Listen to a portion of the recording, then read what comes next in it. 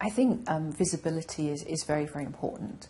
I think when our guests see management in the operation, it makes them feel good, and I think it makes our colleagues feel more confident as well. We have to experience what the guests and our colleagues are experiencing in order to be able to make it better.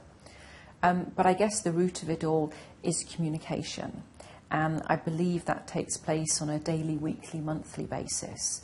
Whether that's my meeting with my senior people in the morning, them going back to their departments and setting out the agenda for the day, to meeting on a weekly basis to discuss progress, to have minutes of meetings and action points that are carried forward, and then on a monthly basis to review what we're doing from both a colleague perspective, from guest satisfaction, financially, fire, life, health, safety. So I guess our meetings are structured around a daily, weekly, monthly cycle, occasionally quarterly, but that's a bit long term, really, I think. But then also we very much try and give feedback from guests. If I ever receive a letter, a note, an email, it immediately goes out to every single colleague. I think keeping our notice boards alive and fresh is very important.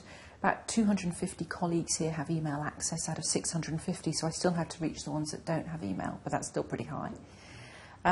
We have a monthly event which is called Celebrating Success, when we get together, I'd say 200 or 300 colleagues in the morning and in the afternoon to try and get maximum attendance, and we feedback on the month's performance, on the guest feedback, on the guest quality scores. We recognise people who go for over and above.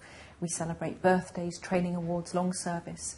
So I think a culture of communicating, letting people know when we're doing well, if we're not doing well, what we need to do about it, and really recognising people so that they feel valued and want to stay with the business, as well as seeing a career path for themselves.